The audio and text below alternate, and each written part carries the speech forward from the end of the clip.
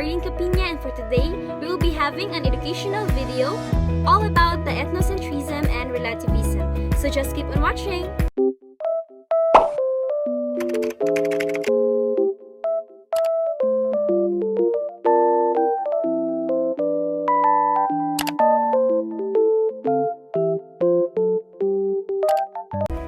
Ethnocentrism and relativism.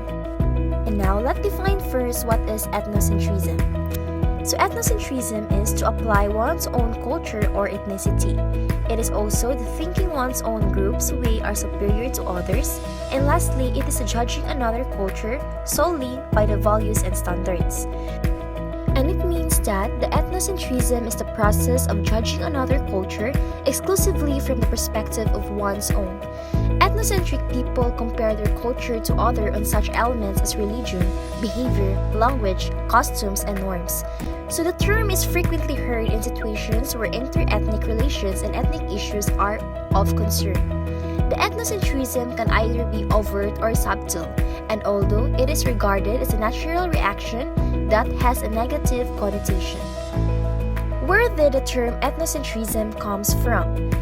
Ludwig Gomplix, an Australian sociologist, is credited with coining the term ethnocentrism.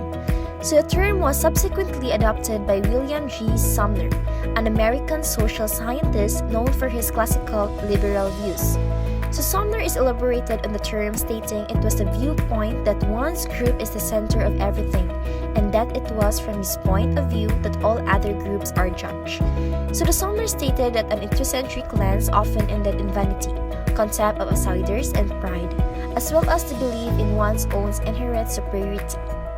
So now let's move on to what are the pros and cons of ethnocentrism. So let's first tackle about the pros of ethnocentrism. First is it creates high levels of self-esteem.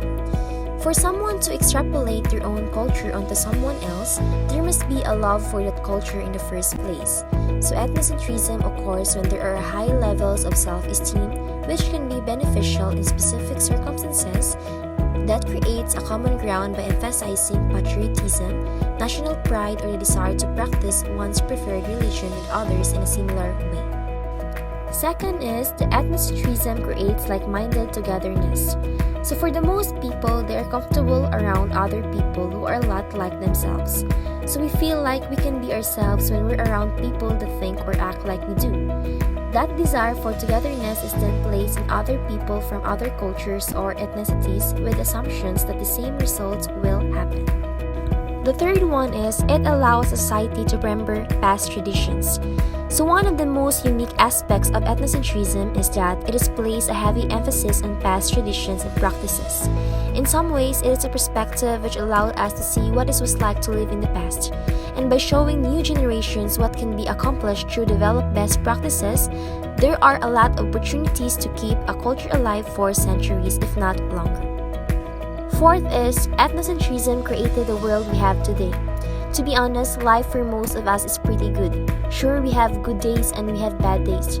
The fact that we can have these days in the first place is due, in part, to the benefits of which come from the ethnocentrisms.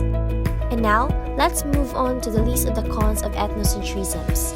First is the ethnocentrisms encourages false conclusions. So everyone is ethnocentric in some way. So what we each believe is normal is reflected upon others. It is easier for us to understand generalizations than it is to understand individual perspectives that are foreign to our own. So we use these generalizations to draw conclusions about people, often quite rapidly. So it can only take a few seconds when meeting a stranger to fully judge that person. Unfortunately, without accurate information or perspectives, that means we often leap to false conclusions about that person. The second one is it creates rifts within societies. So think about someone who is different than you right now. There is a good chance that the first thing you thought about was something you dislike about that person. When we embrace ethnocentrism, we're embracing negativity. So we look at what another person or culture offers and attempt to rip it apart. So this is done because we want our own experiences and perspectives to be superior when we compare it to others. The third one is it kills people. So how many times have you heard a news story about terrorism in the past year? Does it cause your heart to sink, or have you changed your personal habits because of the actions of those who create terror? So the ethnocentrism ultimately creates that. It does so because it blinds people to the truths that other perspectives provide. It causes people to feel like everyone who is different is inferior. In extreme examples, that leads to actions that cause one person to attack another. The fourth one is it limits choices. People who tend to have an ethnocentric point of view tend to incorporate that viewpoint into every aspect of their life. It will even affect their shopping preferences. Ever had someone criticize you for purchasing something that came from China? That type of criticism is a reflection of practiced ethnocentrism. And now let's move on to the relativism. So what is relativism? So it is the view that truth and falsity, right and wrong, standards of reasoning.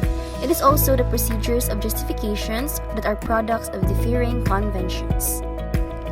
More precisely, relativism covers views which maintain that a high level of abstraction, at least some class of things have the properties they have, not simply stir, but only relative to a given framework of assessment, and correspondingly that the truth of claims attributing these properties holds only once that relevant framework of assessment is specified or supplied.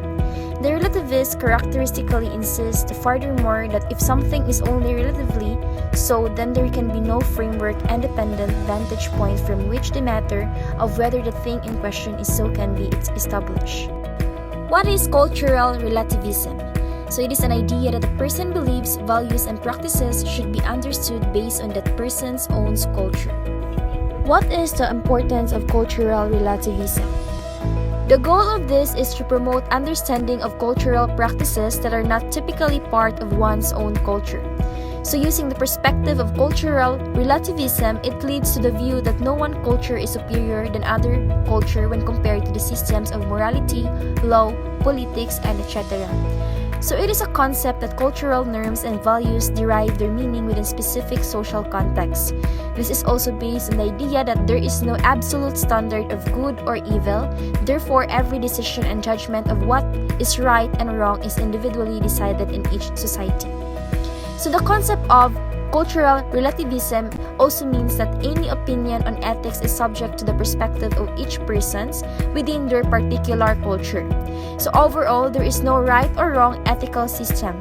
In a holistic understanding of the term cultural relativism, it tries to promote the understanding of cultural practices that are unfamiliar to other cultures, such as eating insects, genocides, or genital cutting.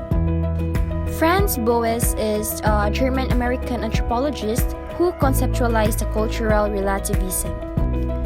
Boas introduced the theory of cultural relativism, which is the idea that all people have equally developed cultures, and this theory also holds the belief that the differences between peoples were the result of historical, the social, and the geographic conditions. Here's the last thing. So what is the strength of cultural relativism? So it creates a society where equality is possible. The cultural relativism allows the individual to define their moral code without defining the moral code of others. So each person is separate in such a society. The separation creates equality because each person can set their own definition of success.